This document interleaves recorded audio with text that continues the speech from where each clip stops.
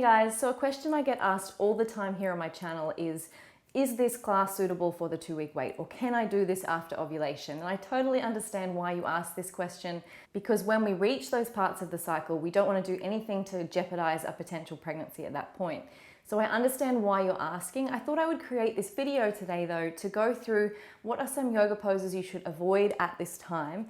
So if you are doing one of my fertility classes that isn't specifically for the 2-week wait or for ovulation, you can think to yourself, this one won't be great for me, maybe I'll stop and come to child's pose for a few breaths and then rejoin in when I can.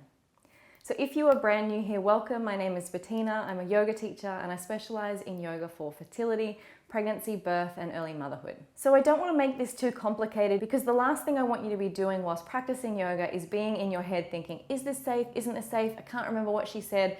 So let's keep it really simple.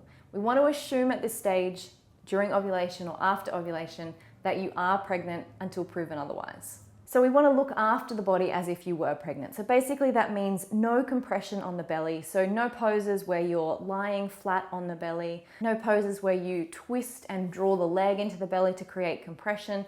You just want to avoid that altogether. So simply not lying on the belly or turning in the opposite direction if you're doing any twists will solve that problem immediately. You obviously also want to avoid anything that creates pain in the body, which you want to avoid in any yoga class.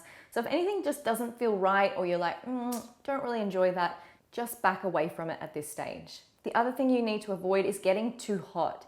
So there are poses that will create heat in the body, like any of our warrior or standing poses.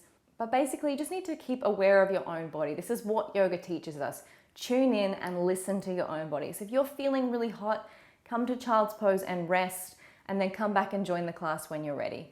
On that same thought, because I get this question all the time, no, hot yoga isn't right when you're trying to conceive. You could potentially do it in the couple of days after your period has finished, before there's any chance of conception happening. But look, if it were me, I would just give it a break until after you've had your babies and then come back to it when you're ready. So that is it. Avoid anything that compresses the belly. Don't let yourself get too hot. And if anything feels painful or uncomfortable, listen to your body and back right off.